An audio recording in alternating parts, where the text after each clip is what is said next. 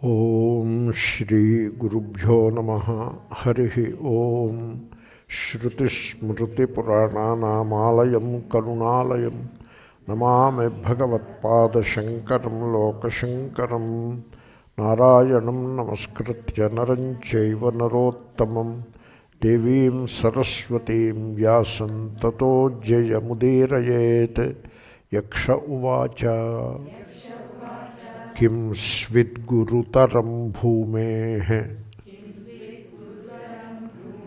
kiṃsviduccataraṃ khāt kiṃsvicchīghrataraṃ vāyoḥ kiṃsvidbahutaraṃ tṛṇāt. The word guru is there. Quite often people use the word guru. Guru means, the Sanskrit word, it means heavy. Guru means heavy. Jupiter is called Guru because it is the heaviest of all the planets. That is the meaning of Guru. And in the language, there is Laghu Guru, Hrasvam Laghu, Dirgham Guru, Sanyogecha. Dirgham Guru, first sutra. Next sutra is Hrasvam Laghu, Sanyogecha. Something like that it is there. So there, when it comes to the syllables, so short syllable is called Laghu, light. Laghu and light. Sanskrit, you will see the spelling of light. It should be Lighat. That is the correct pronunciation. Lighat. Don't you see the connection between the two? Laghu, light. And so, A is Laghu, A, Guru. Takes more time to pronounce. The Jupiter is Guru. And sometimes people also who are heavy set are called Guru. They are called like that. Guru word is used like that. And it has pun. So the person is heavy means could be physically heavy. Sometimes he is a great scholar. So the intelligence is of higher standard. Then also we use the word Guru. The pun is there. And a person is highly respected. Then we call him Guru. So do you see the pun? So it is a kind of, not exactly pun, the same word, the same sense, but sounds different in two different contexts. In the sense of the weight, Guru means one thing. In the sense of respect, the same word means different, slightly different. Even in English we say like that. An object, we say it is a heavyweight object. But suppose a person is an important person, we say he is a weighty person or weighty matter, like that. In English also we have the same sense. Therefore, that way you have to understand. Here, the question, the word is used Guru, and the answer, the same word is used, but the meaning is same, but the sense is slightly different based on the context. Bhūmi, earth. So what is heavier than the earth? Earth is heavy because between solid, liquid and gas, earth is heavy. That's why it is called Guru. So to carry solid material like bricks or clay, etc., it is very heavy compared with water. Water is easier to carry when compared with the solid material. Then the air or gas is even lighter. So earth is taken as an example for Guru, heavy.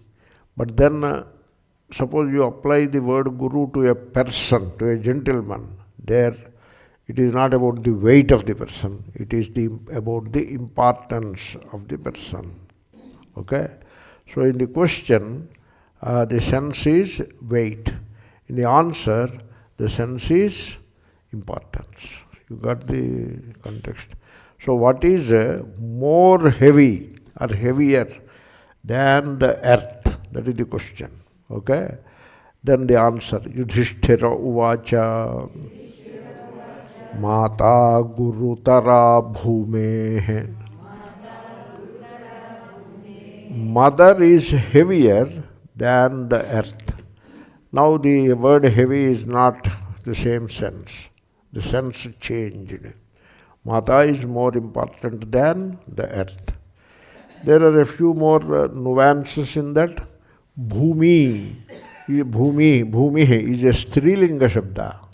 And so the answer also should be a strilinga shabda. That is mātā. So better you don't say pita, because pita becomes a pumlinga. You don't compare strilinga with pumlinga in the literature, in the language. That is one thing. Second thing is, bhūmi is known to endure. Not only just weight, it is endurance. Prithvi is endures. We dig it up and put foundations and build buildings, it endures. We dig it up and put roads and train rails we put, all of that things, Prithvi endures. Then we run on the Prithvi, we do all kinds of things on the Prithvi, it endures, all life forms. The trees, the plants, everything Prithvi endures.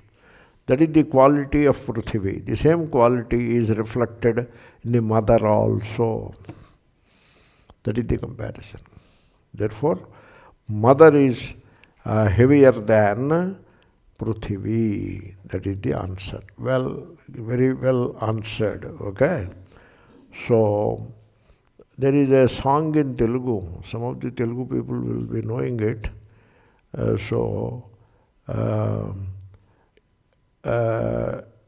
tree, is a tree heavy for the earth? The answer you should say no. You should not say yes, okay? Is the fruit heavy for the tree? No. Is the child heavy for the mother? No. That is the song. Got it? Good. Next question. So, this again the question. The word means the same, but the sense differs in two different contexts. Like high, higher. Sky, what is sky? Higher, higher, higher. And when you apply it to the person, higher means not physical height. Altitude, you should not give the answer.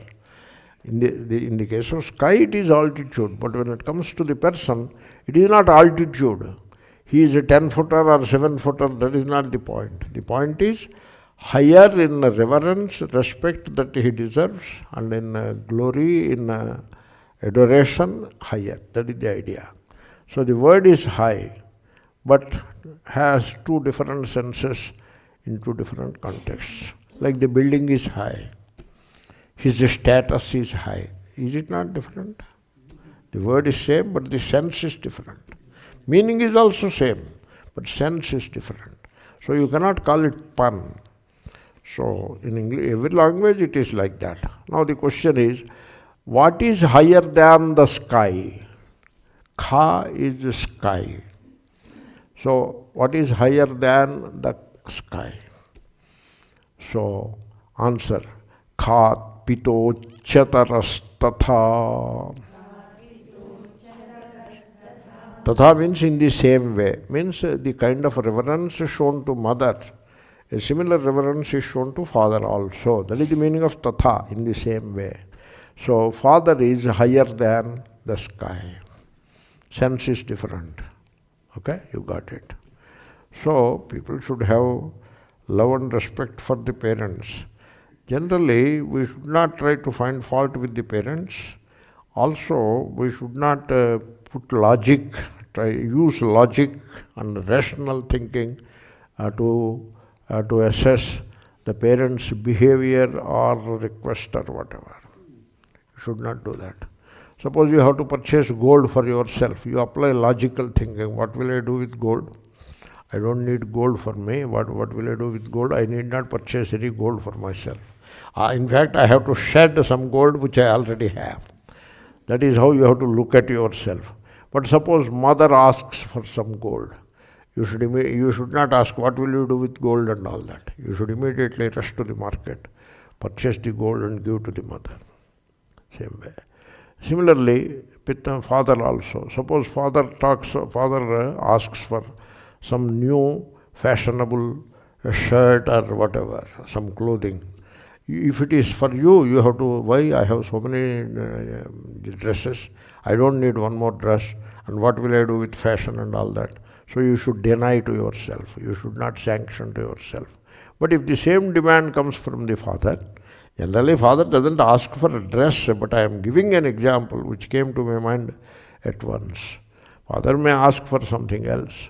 So then immediately you should stop your logical thinking and all that. You should implement it. You have to do that. So suppose mother asks, take me to some pilgrimage place, kshetram. She has some ideas from old-fashioned idea. She wants to go to the place of pilgrimage. Now you tell her, sarvam khalvidam brahma, there is no pilgrimage, all that is superstition, this and that. You should not do that. You should apply it to yourself. And to her, Amma, chalo, let us do it. Should be like that. Parents should be respected. The modern young people don't seem to have this quality much. Maybe there is some, but not much. That is the feeling I get. And I have another feeling, I don't know whether I am wrong, please correct me. I don't mind to be corrected also. When the young people, when they are in India, they love the parents a little more than when they come here.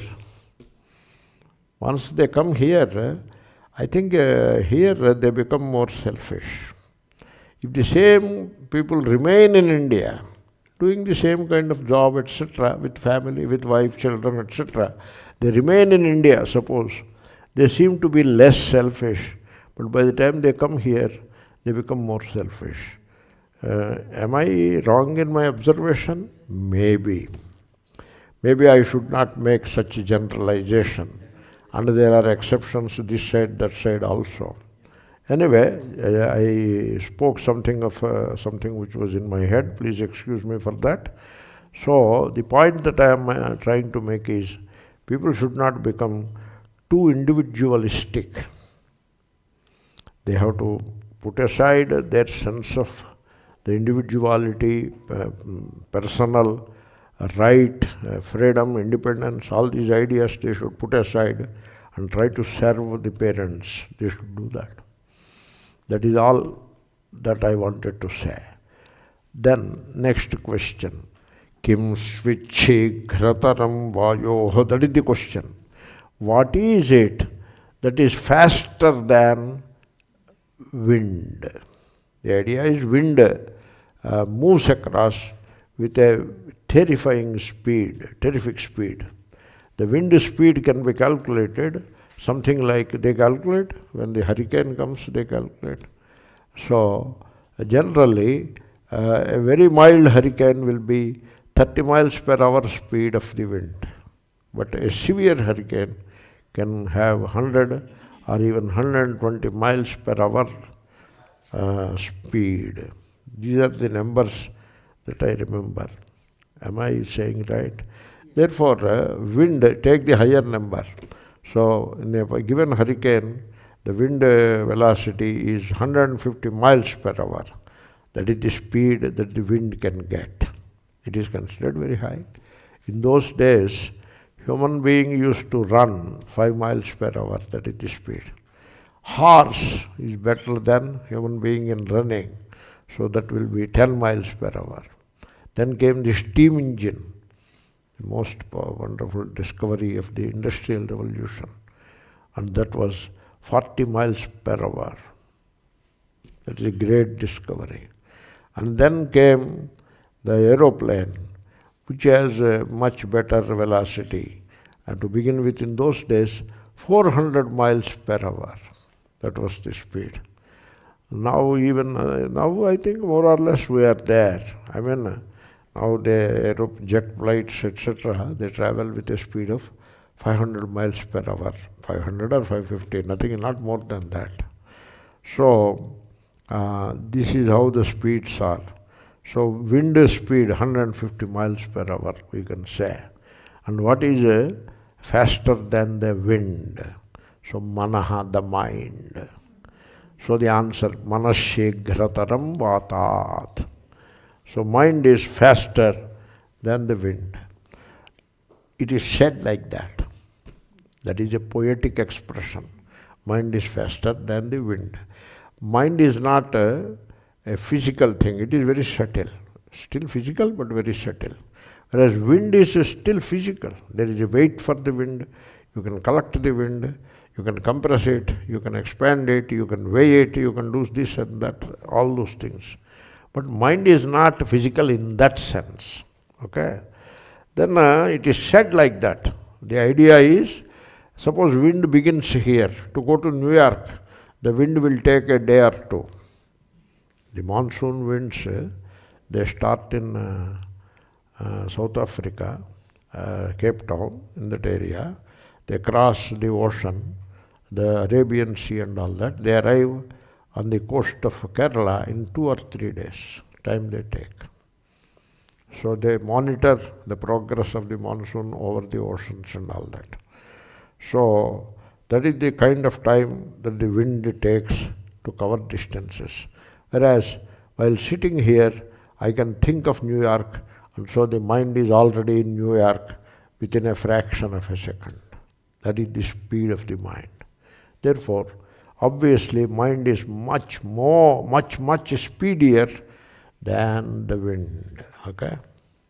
Now, having said that, the question and answer settled. All right? But now I can add another point to that. To tell you the truth, mind doesn't go outside. And anything outside doesn't come into the mind. Like say New York, mind doesn't go to New York. Nor New York comes into the mind. From outside nothing comes into the mind. From inside mind nothing goes out. Okay? Mind is limited to the volume of the body. Antahkaranam, its volume is as much as that of the body.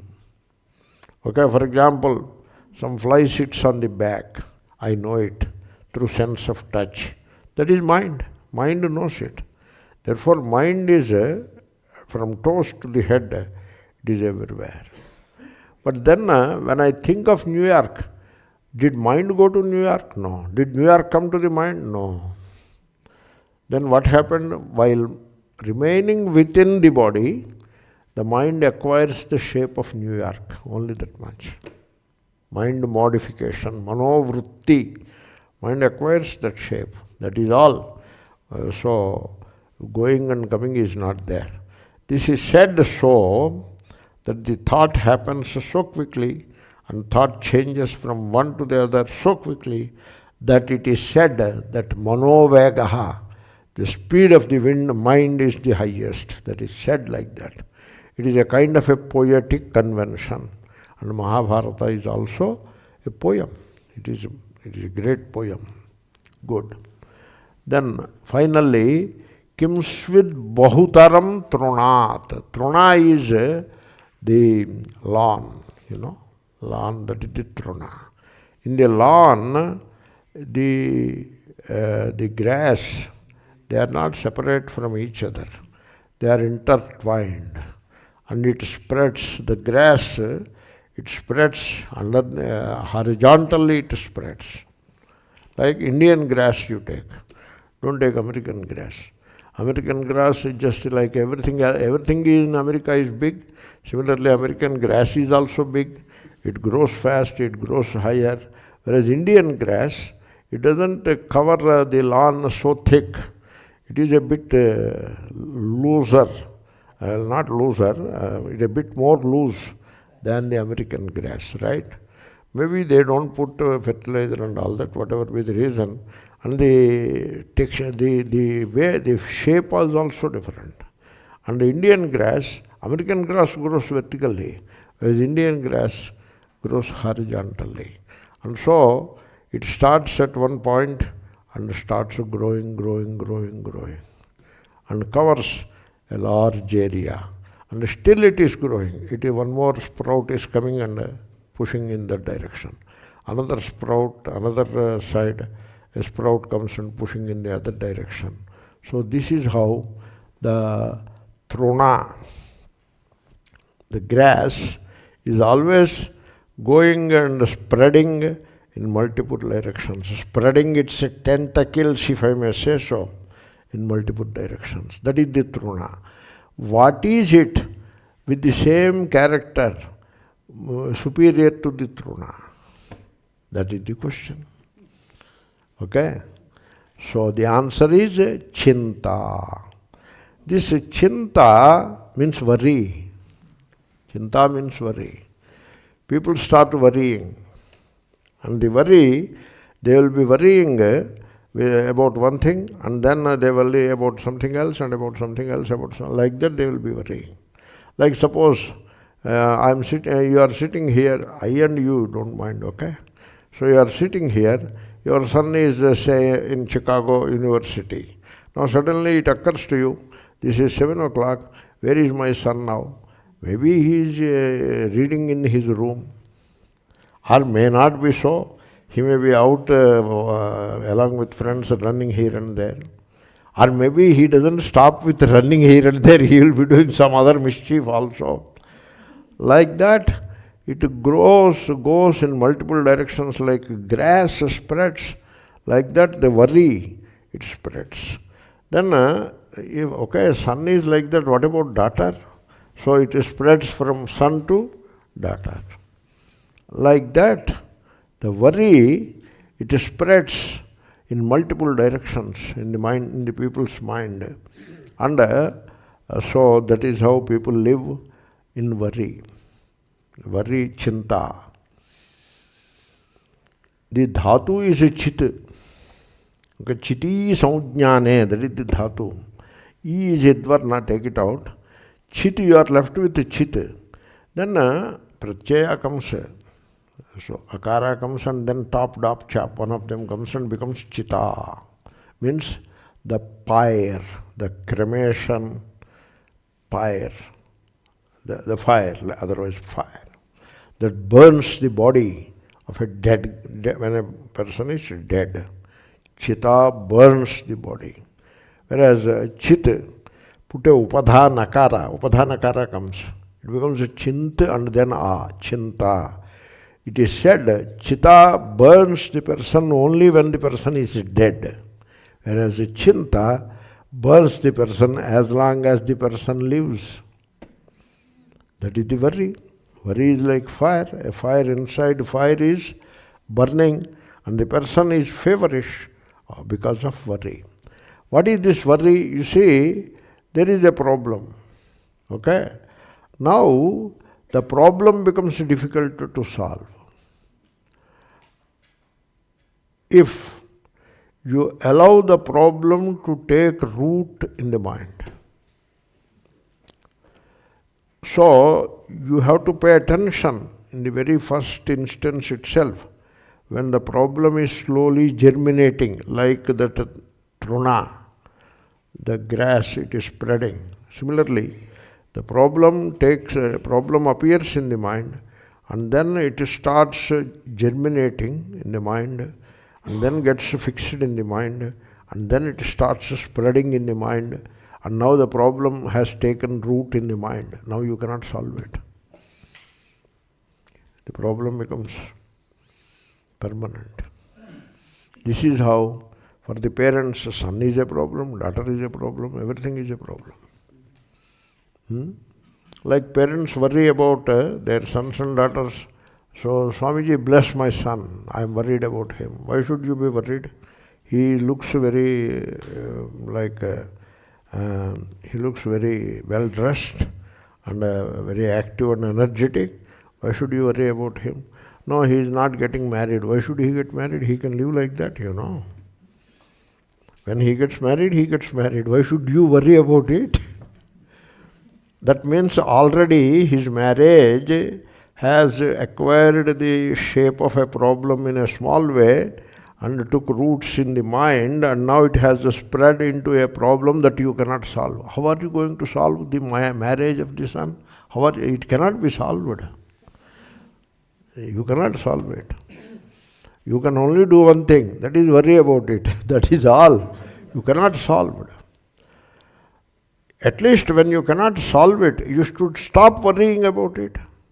No, you cannot stop worrying about it also, because you have allowed it to take the shape of a problem, and then allowed the soil of the mind to nurture the problem to grow in a multifarious way. So, mind creates the problem in the first place. The son did not get married is not a problem. What is the problem with that? He is happy living alone and doing well. You go and ask him, hey, come here. Are you worried that you are not married? No, I am not worried. How are you about it? I am very happy about it. Then, so he is not worried, but the parents are worried. So, you see, mind creates the problem. There is no problem, but mind creates the problem. Mind creates the problem. Suppose you have knee pain, let us say. Is it a problem? You can allow it to become a problem.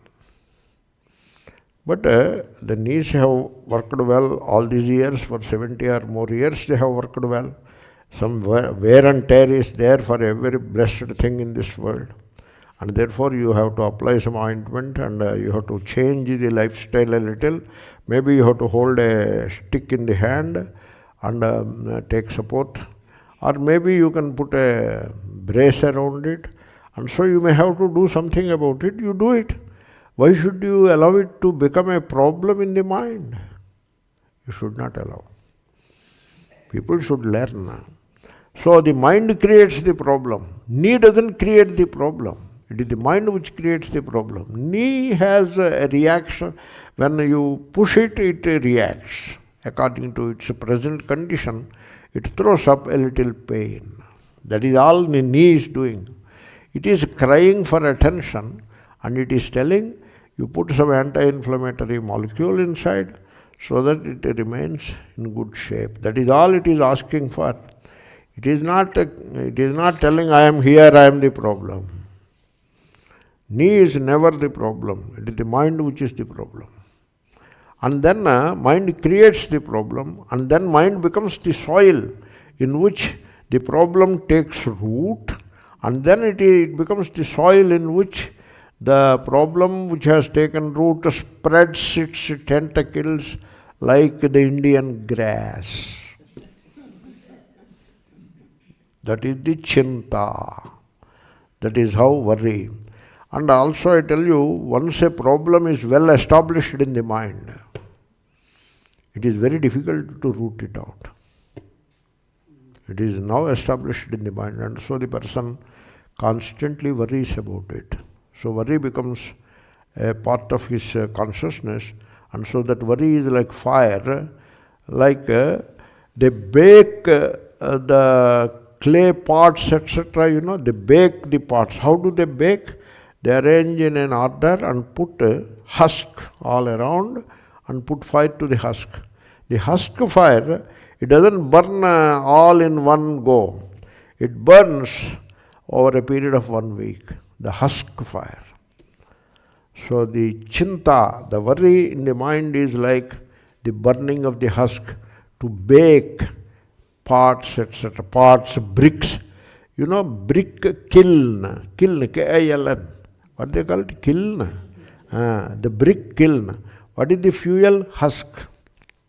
And the husk is densely fixed there, and put a small fire to it. The husk will be burning and burning for 10 days, it will burn. Giving constant heat to the clay pots, and they get baked. So the person is now getting baked. Body is also made of clay only, no different it is. And so there is fire inside called chinta, and it bakes him. Chita burns in 1 hour and it is finished. Whereas chinta bakes the person, the worry bakes the person. Person becomes stressed out, he loses his health, he becomes worried, he loses all his cheers, and he lives a life of sorrow and worry. This is how people live. Particularly old people live like this, because a number of worries have taken root in the mind and they are spreading in all directions. So what is essential is, the essential thing to do is, do not allow the mind to create a problem. You see to it that the mind doesn't convert a context into a problem. And then do not allow the mind to give the soil for the growth of the problem. That is the comparison with the tṛṇāt. So first step, don't allow it to become a problem. My son is not married. Good. It is not a problem. Why do you think it is a problem?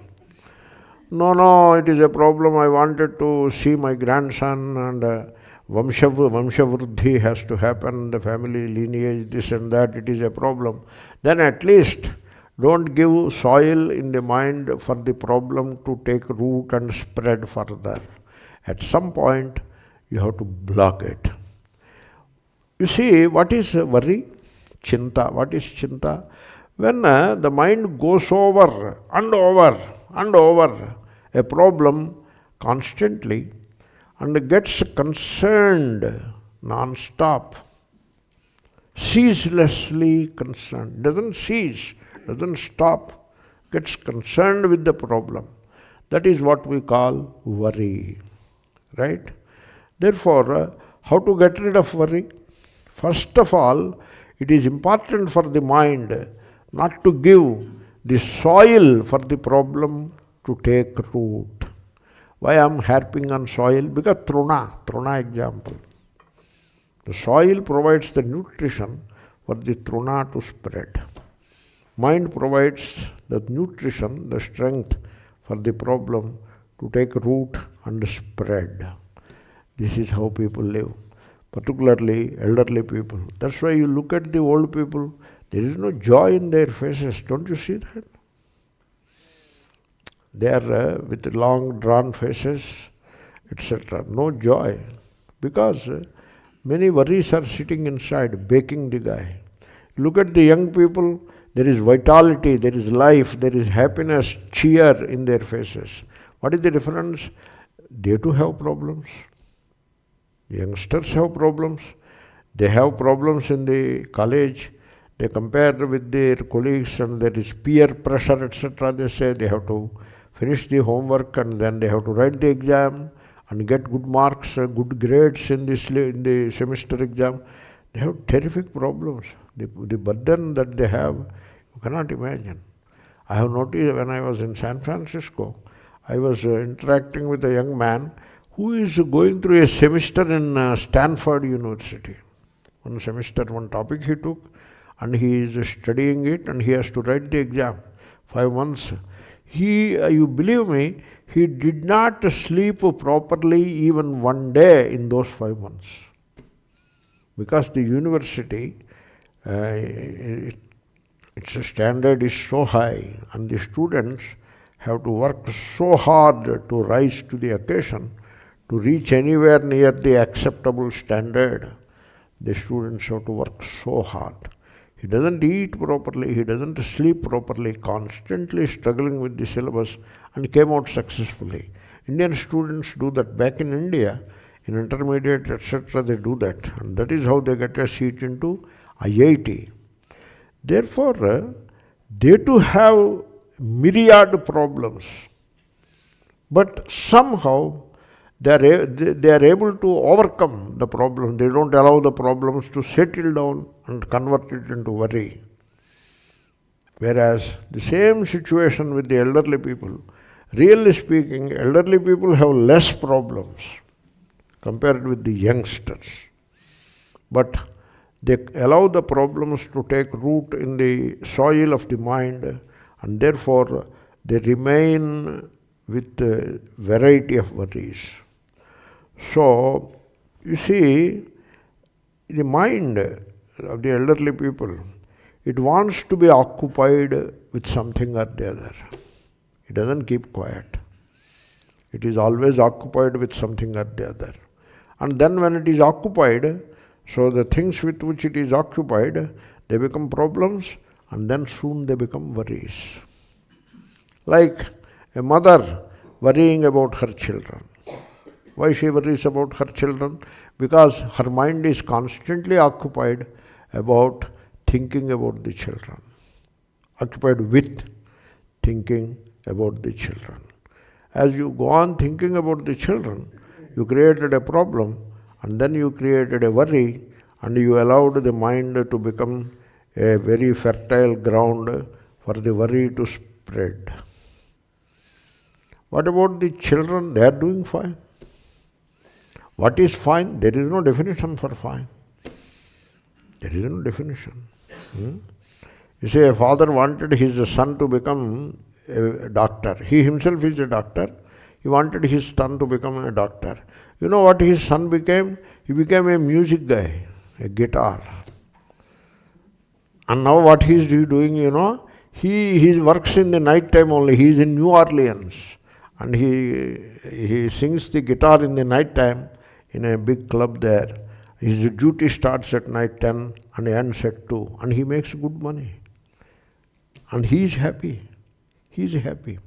And he will come across a young lady in one of those clubs, and he gets married, and he will be happy. Only the father is worried to no end. Why should you worry about children in this country? In India, probably we have a reason to worry. Here, no need to worry at all, because there are wonderful, wonderful universities. And if not one university, then the other. If not Harvard, Tufts University will give seat. If not D. Hales University will give seat. Some university you will get seat. And by the time you get out with a degree, it is all the same. It is all the same. Therefore, why do I worry about the children? But mothers are like that. Then a housewife worries about her kitchen. Look at that. Why should she worry about her kitchen? She need not worry about the kitchen. Something will cook and people eat something. So, a politician or a Swami is worried about his popularity. What is that? I should not be worried about the popularity. Many Swamis, they have this constant worry of their popularity. Quite a few of them. There are the exceptions, but quite a few of them are constantly worried about popularity. And then some are worried about fundraisers, collection of money, this, that. Mind creates problems and provides fertile ground. Then people are worried about their position. What will be my position? That is the worry. Like that. You see, a mind that is occupied with thinking this way cannot solve any of the problems. It cannot. You have to pay attention. Means the thinking has to come to end, and you have to pay attention to the problem. Then it is not a problem anymore. There will be no worry at all. That is the way of solving the problem. Not constantly getting occupied with the thinking and more thinking and more thinking about the problem. That doesn't help at all. You see, I don't know whether I am blabbering. Sometimes I wonder, do I blabber? Because I am addressing great thinkers and scholars and professional people. Therefore, they may laugh at me sometimes. It is possible. That is how I feel. You see, a cancer diagnosed becomes virulent from the day of diagnosis. Till then, it is not so virulent. Let us say the cancer started, the malignancy started in a given organ. Let us say on January 1st, 2020. And it was not diagnosed until January 1st, 2021. That is 1 year. During that 1 year, the growth of malignancy is like a 30-degree slope straight line. Slowly it is growing. But on one day it is diagnosed. From then on, it becomes virulent and it starts growing exponentially. This is how it becomes. That's why the terminal cancer patients, they die very soon after diagnosis. Because what happens is that the thing takes roots in the mind and it becomes chinta. And then that mind takes over and the mind kills the body. Possible. That's why recently FBI has given certain guidelines. Such a situation, how do they declare cancer? They have to give diagnosis, The pathologist gives diagnosis. The biopsy sample is sent to the pathologist. The FDA guidelines I am talking about. The sample is sent to the pathologist. There is a pathologist who is a very highly trained doctor behind the scenes. You don't see him. He will be in some corner. And he looks the sample on a piece of glass, he puts it, spreads it, and he looks through the microscope. And then he sees a particular disorder in the structure of the cell, right? And so it is not a normal cell. It is a malignant cell. Like that he gives his diagnosis. And then the disorder he calls it malignant. And then he gives a count also. 1, 2, 3, 4. So the growth of the malignant, that also he gives. That is the job of a pathologist. Now the new guidelines is, in such situations, you don't name it as malignant. So don't call it malignant. Don't call it cancer. Don't give that name. Because the naming is killing people. Once you name it cancer, the paramedical staff, the doctors who are treating the patient, and all the relatives, all of them start worrying collectively. And that doesn't help the patient at all. If you do not call it cancer, don't call it cancer, call it something else. Some Greek name will be there. So, like malignant, some way you call it. They have given all the guidelines. You call it this way. Don't call it cancer. Then the patient's suffering is much less. So, therefore there are guidelines like that. I wish that I have more solid information about it. Some of you may look into the literature and examine it. Therefore, the mind, it is constantly occupied. You look at your mind, what is it doing? Chattering and chattering and chattering. That is what it is doing. It is constantly occupied. And when it is constantly occupied, it will be thinking about something or the other constantly. And therefore, it puts the label problem to one point that it is thinking. And having given the label, it provides the nutrition to that label and converts it into a spreading worry. This is what is happening. Quite often I say, people should heal the mind, but they give importance to healing the body. First heal thy mind. Body will heal itself. You need not worry about body. Heal the mind. But people do not pay attention to healing the mind. This is departmental thinking. So they do not have integrated thinking. Holistic approach is not there. They don't pay any attention to the mind at all.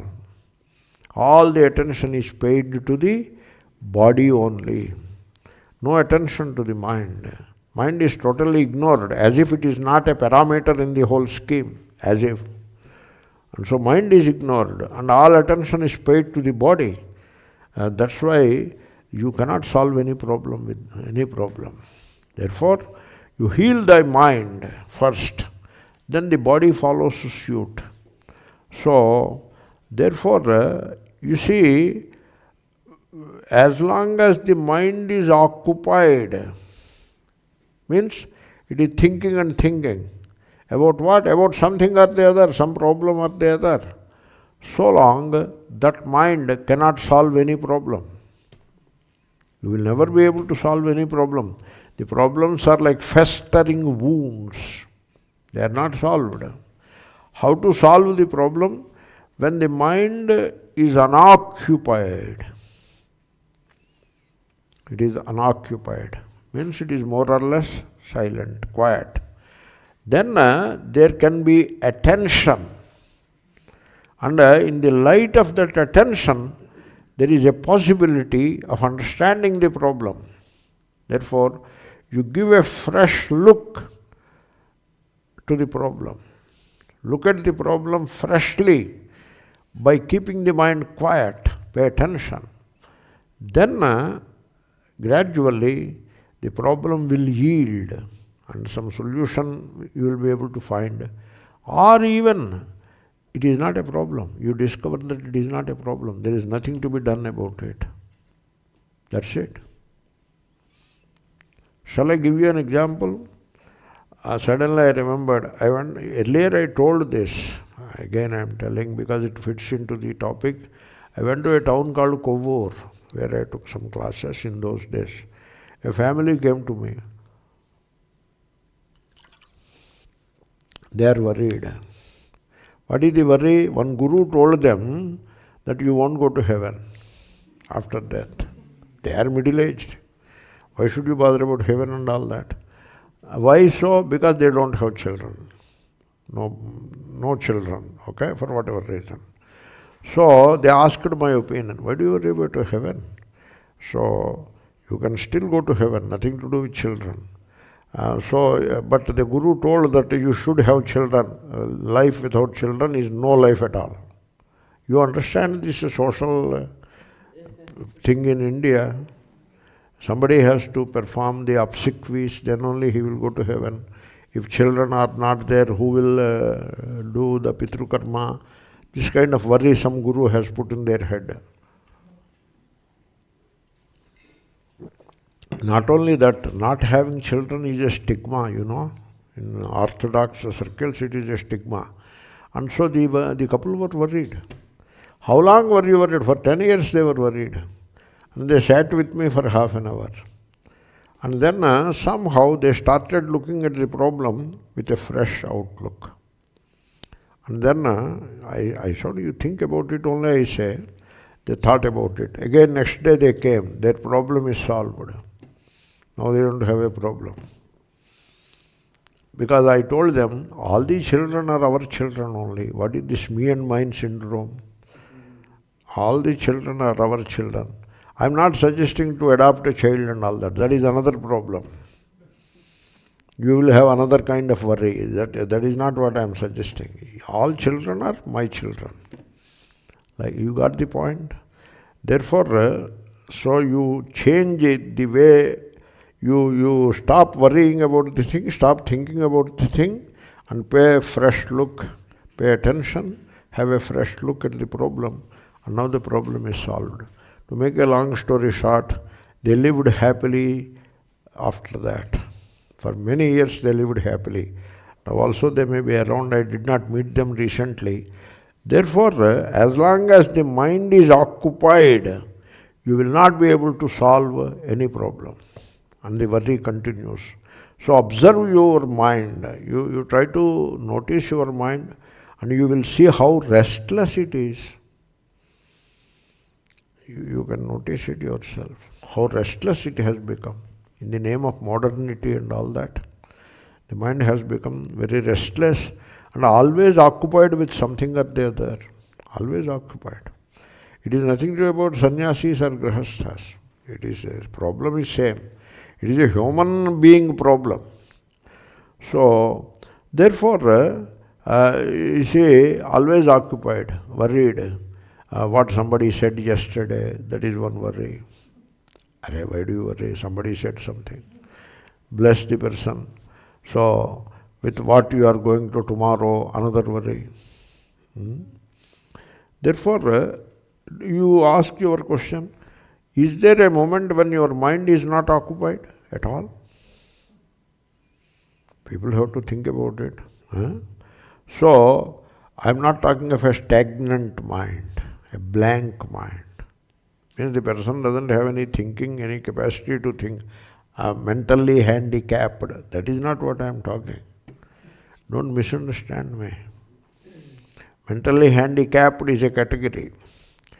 They don't have the capacity to think. They don't think. They don't have any cognitive mind itself. We are not talking of that. So, I am not saying about a stagnant mind or some kind of a mental vacuum happened, the person got stunned and from then on he is unable to think. Not like that. Okay, please don't take it in the wrong sense. The person is perfectly normal, his mind is perfectly normal, but yet, due to the understanding, the mind is not occupied. It is quiet. Shantam manaha. Because as long as the mind is occupied, I am repeating, please bear with me, as long as the mind is occupied, it cannot resolve any problem whatsoever. Stop thinking about it.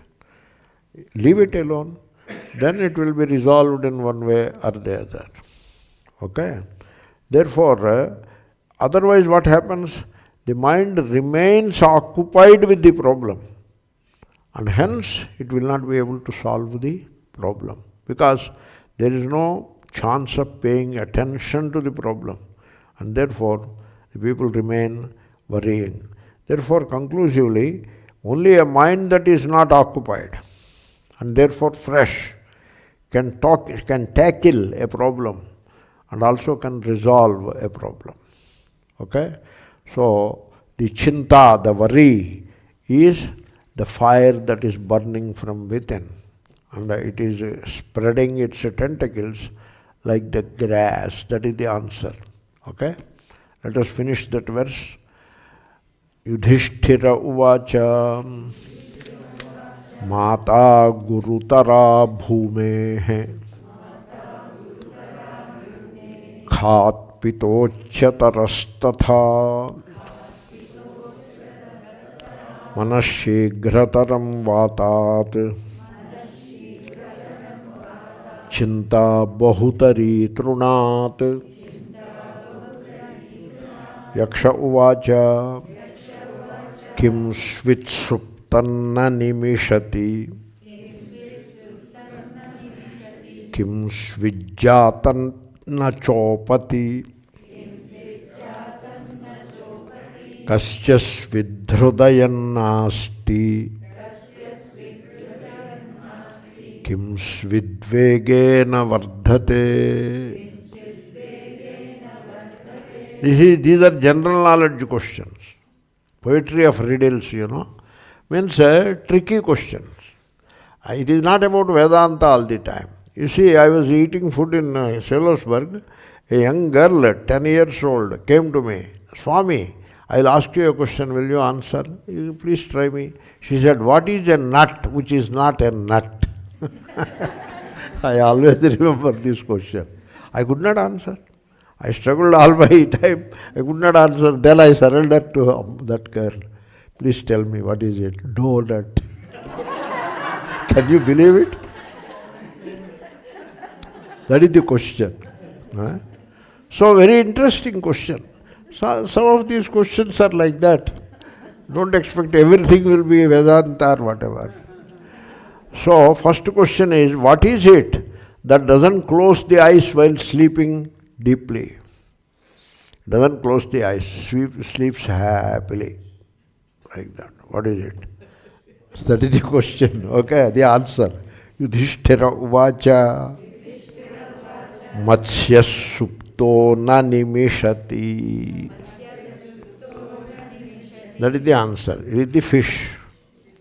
Fish doesn't close the eyes. It keeps the eyes open only and sleeps also. So, it is kind of a testing Dharmaraja's general knowledge, nothing more than that. Also, create a context in which Dharmaraja fails. That is finally, Yakṣa is not going to kill anybody. He is only testing these brothers. So, whether Dharmaraja can answer or not, such questions also. He could. He answered Matsyaha. Then second question, upa. Upa means moving around. Cha is avyayam. Chopati nahi. Cha upati. So what is it that is born but doesn't move? Na chopati. Jatam. Indeed it is born, but it doesn't move. Generally born means it should move. If it doesn't move, the doctor or nurse, they reverse the child and give a slap also. It has to move and it has to cry. Crying is also a movement. If the child is not moving, there is a danger. So what is it that is born but doesn't move? Dharmaraja. Andanjatan na chopati. It is the egg. Any egg. Any egg. It is born but doesn't move. Very well answered, right? Okay. Then the third question, what is it that doesn't have a heart? Kasyasvit hridayam nasti. What is it that doesn't have a heart? So Dharmaraja gives a very interesting answer. Ashmano hridayam nasti. The stone doesn't have a heart. You see, take a stone and convert it into a beautiful image, a sculpture, beautiful sculpture. But the blessed thing doesn't have a heart. Where from you will bring heart to it? So, that is the answer. Then, kiṃsvidvegena vardhate. What is it that swells?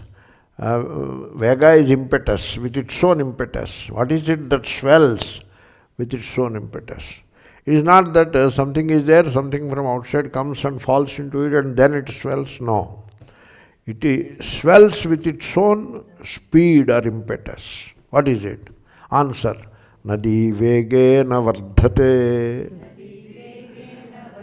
It is the river that swells with its own impetus. Did you see Bhagirathi above? Bhagirathi, Alakananda, if you go to Uttarakashi, you can see Bhagirathi. It is a very nice, small stream. Very small stream. That's why Nadi Moolam, don't search for the origin of the river, because you cannot find it. No, they don't find. It is a popular belief, nothing more than that. Suppose you search the origin of Ganga, so you will reach Rudraprayag. Then there is one stream from here and one stream from here. Now where will you go? Where will you go?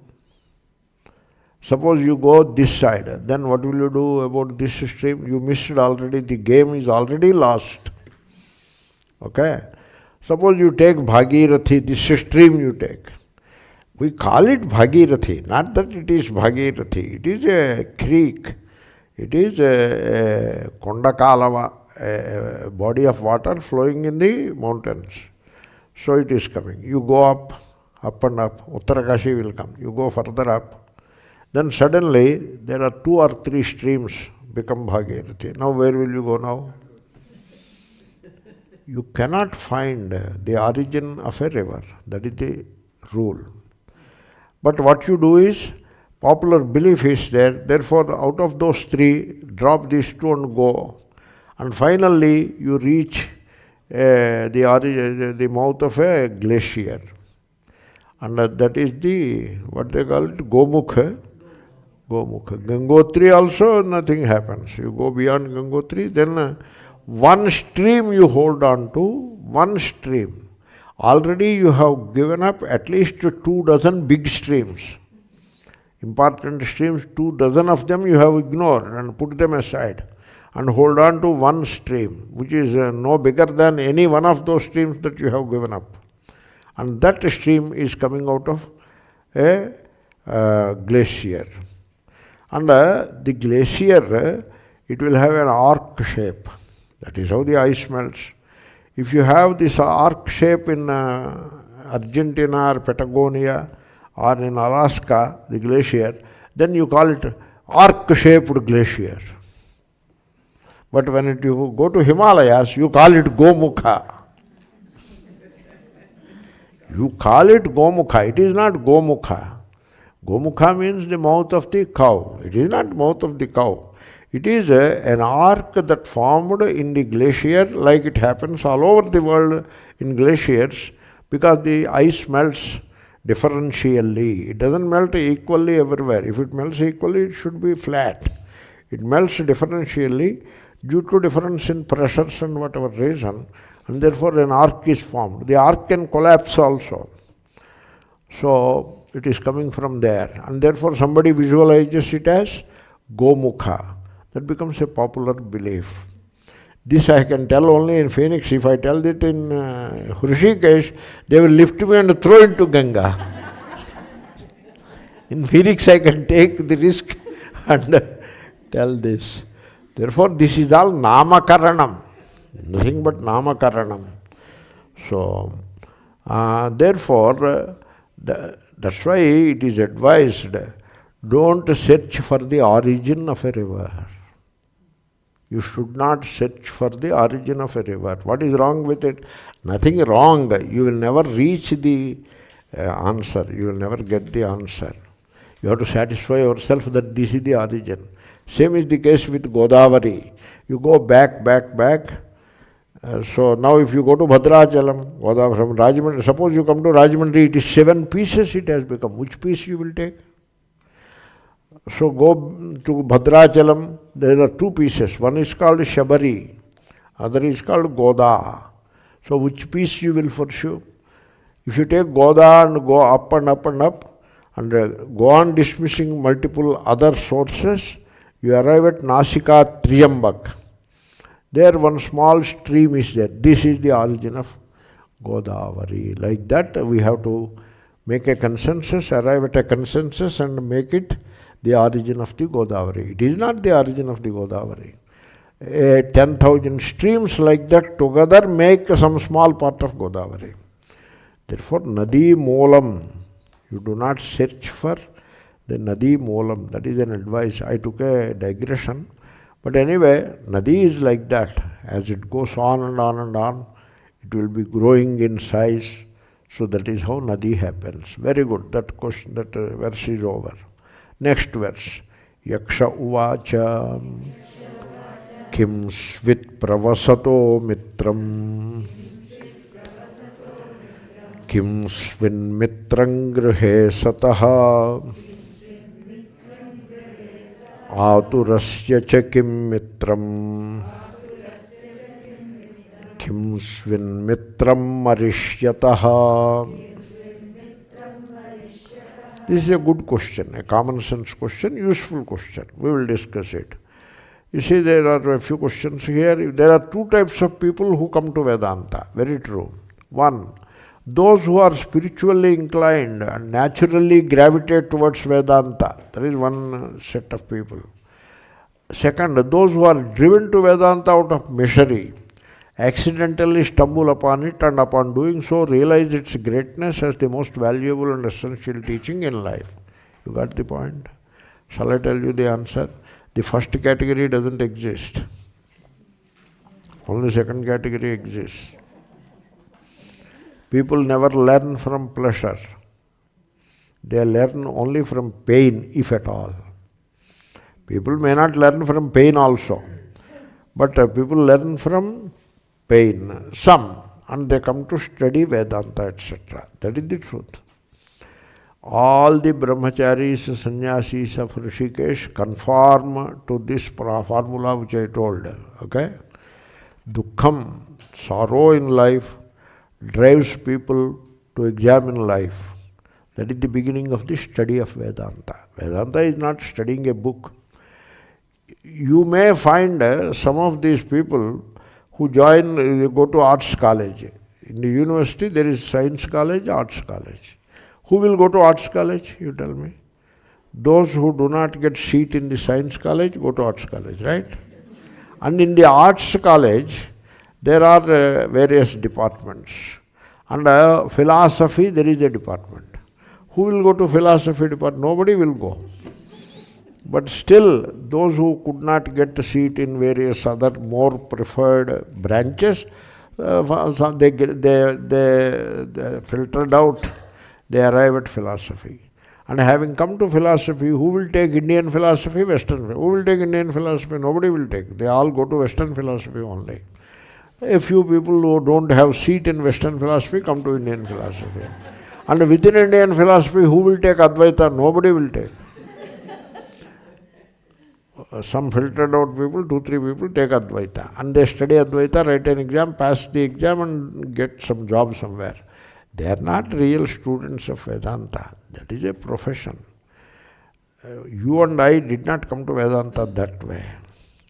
We have lived a life and had our difficulties. We faced the problems in life. And then it so happened we are blessed. At least everybody has problems in life. Our blessing is that having got problems in life, life is not kind to anybody. Samsara, it makes everybody suffer. But our punyam is, having suffered, we have chosen the right path. That is our punyam. That is how it occurs. Nobody comes to Vedanta out of personal interest or by choice or stumbled. There is no such thing. All unhappy people arrive into Vedanta. It is like hospital. Who will be in the hospital? It is like that. Okay? So that question is answered. You may find a rare exception here and there. And that exception is also he has come to Vedanta as a profession, which is not real Vedanta. Vedanta is life, Therefore the question is answered. Okay, you see, prarabdha is like law of gravitation. It is universal. And the answer should be particular. It is like a person stepped on the banana peel and fell. And now what answer you will give? He fell because of gravity. Is that the answer you give? Or he fell because of banana peel. So you have to give banana peel answer, because gravity is sadharana karanam. It is the common cause. Banana peel is the specific cause. Generally, the answers should be specific cause only. You should not give asadharana karanam. Prarabdha is like that. So prarabdha is responsible for coming to Vedanta, for not coming to Vedanta, for understanding Vedanta, for not understanding, for everything prarabdha is responsible. So specifically, because of suffering in life, our mind is drawn towards study of Vedanta, Gita, etc. And that's why we are here. Okay? Regardless of the starting point, will both points eventually merge and be equally effective? No. You learn from dukkha, you don't learn from pleasure. And you don't learn from professional study. You may become a scholar. Learning doesn't happen. Therefore, this is the path, and this is the way Vedanta works. That is answered, right? Next question. So, I am senior in 70s, living alone, not lonely for sure, blessed. Living alone, but not lonely. That is already a great blessing. There is some fear of falling at home or outside. That is a valid fear. At the age of 70, particularly a lady, supposed to have weak bones when compared with men, some osteoporosis, whatever. It is common to both men and women. So, likely to have more problem, you should be very cautious. You should not, you should be extremely alert so that you do not fall. You should be very cautious. And it applies to not the person who asked the question, it applies to every one of us. What mistakes we do is, we make homes with the marble floor. We should not do that. And we make bathrooms with marble floor. Very bad. You go to that emergency place. In India, I have tried it one time. Go to the emergency. There are at least 3 or 4 old people with broken legs or hips who came to emergency because they have fallen in the bathroom. And the first question asked, is the floor marble? Yes. In Canada, in Toronto, I used to go to Canada every year. Nowadays I stopped. In Toronto, when there is heavy snow, that day exercise in the emergency section, people will come with broken hands, legs, etc. because they sleep in spite of their effort with proper boots and all that. Still, there is black ice or something like black ice, and they slip and fall and break hand. When they fall, how they fall determines which part will break. It can be a hand. If they land like this, the forearm gets broken. Sometimes it is the shoulder, this. So leg is broken. Something is broken. They are all in the emergency. Therefore, we should be very cautious. With marble, if you put water on the marble, you cannot see water. We used to have Shabad stones in those days. Even if you want to sleep on it, you won't sleep. And particularly bathrooms, we should be very cautious. We have to change the bathroom floor structure if necessary, particularly old age people. And not only this bathroom thing and the floor thing, even other contexts also we should be very cautious. We should not rush. Suddenly you rush, you are likely to slip and fall. You walk slowly, calmly, quietly. Be attentive. Don't allow the occupied mind drive you crazy. Because in a hurry, like a monkey in a hurry, you rush forward. That is, the mind is pushing you forward. And you slip and fall. And then regret for months together and go to the hospital and all that.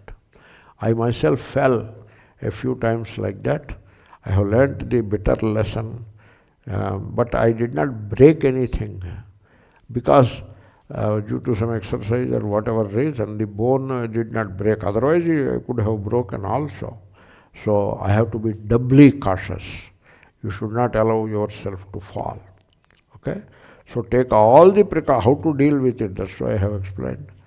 Take all the precautions required so that you never ever fall like a thud. It should not happen. Because likely to break and then we have to suffer. Last year, poor our Sridharanji fell and he broke. And then they have to suffer a lot. It should not happen. Then, Parables of Rama. That is a book by Swami Ramatirtha. He did not write that book. His lectures are there, out of which parables are pulled out and a book is made by Ramatirtha. I have that book. It's a good book. So how to interpret the moral of the story? One regarding ambition. I don't know the story. It says being ambitious is the true nature of the soul self and it is impossible to go against. Here is the expert of reference, ambition. Their ambition must have a different meaning. So, you see, ambition is bad when we are talking of greed for money, greed for position. In that context, ambition is bad. Okay? Whereas you use the word ambition in the context of learning, etc., then the word is not bad anymore. Okay? Normally, ambition is used in the worldly context and it is bad. It is poison, normally. But if Swami Ramatirtha has used it with a different meaning in a different context, then it may be a good one. We have to see. So Emperor Shah Jahan was put into prison by his son Aurangzeb because his son wanted to possess the whole kingdom. So he has been ruling over the kingdom. So it is. How can we give up our old habits? So Ramatirtha was saying something else. Okay? So don't bother about the parable. Don't try to get a different meaning for ambition from the parable. Ambition is the movement of the mind through the narrow channel of me and mine. That is the ambition. An ambitious person is a very cruel person. He will exploit wife and children also to fulfill his ambition. Therefore, you should avoid ambition. You should be committed to your duty. You should not be ambitious. You should be dutiful. There is a difference between the two. So that is the message. People are ambitious because they cannot go against the all-possessing nature of the soul that context is different. As I correctly mentioned, the kind of explanation Ramatirtha is giving is different. Context is different. It is something like this. Why people want to live long? Suppose that question is asked. Normally, the desire to live long is wrong. You should not have any such desire. Suppose you have a desire to live long, then you will go and do some worship, some ritual to live long. That means you want to retain the body going around for a longer time. That is not the proper way to utilize the ritual. Ritual should not be used to strengthen the person, to support the ego. Ritual should not be used like that. So we say like that, okay? But I will give you a different explanation. So, inherently, you are the Sat, timeless Atma. Tomorrow morning we will talk about timeless Atma. So you are the timeless Atma. And therefore, because you are the timeless Atma, you can desire to live forever, to live timelessly. Suppose I say that. There you should not interpret the word desire as it was interpreted earlier. You got the point? You have to take the context. Om Purnamada Purnamidam